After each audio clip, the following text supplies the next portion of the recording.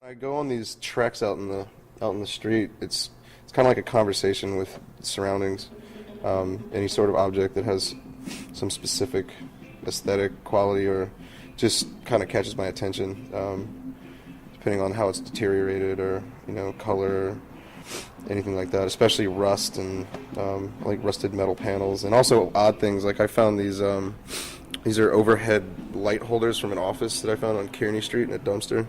And they're just so strange, but they're perfect for a really large painting. The surface itself, I mean, it's rust, so it's, it flakes off, and then the actual makeup of it is, it's got a kind of protruding surface, so I ended up getting this really, really cool effect where it looks very weathered and kind of like, I don't know, some alien creature came through, left its iconic stamp on it, and then weather got to it, and like you suddenly find this little hidden treasure somewhere, kind of like a remnant of a huge past ordeal.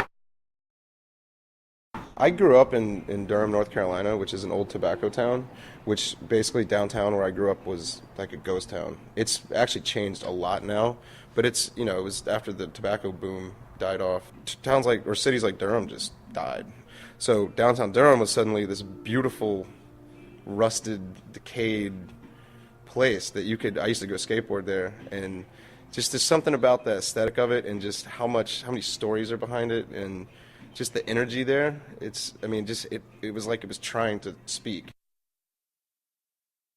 I was really, really inspired by Akira when I first saw it when I was really young. Like kind of the mixing of man and machine and then science tampering with the human mind.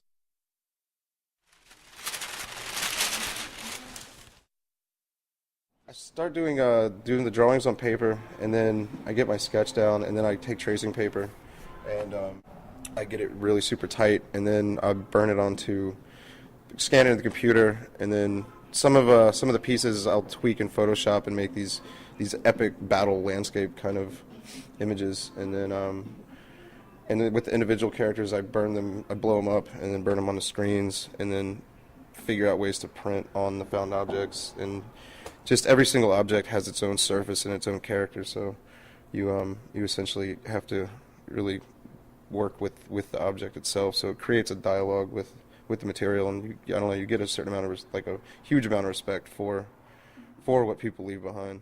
Suddenly, you see these photos of tanks, like cats in Africa walking in front of a tank with some crazy M60, and he's got like Ray-Bans on and some crazy Rambo t-shirt on, and he's just gangster as hell, but he's dipped in all this U.S. international gear, and he's got a U.S. firearm, and then there's a Russian tank behind him, which has got a freaking some weird muffler that they converted into a flamethrower on the side of it, but there's no cover over the tread, and it's just this crazy morphing amoebic form that I see in my head when I start thinking about that all over the world as kind of a movement. It's like a tidal wave of just destruction, creation, destruction again, and that we've created essentially.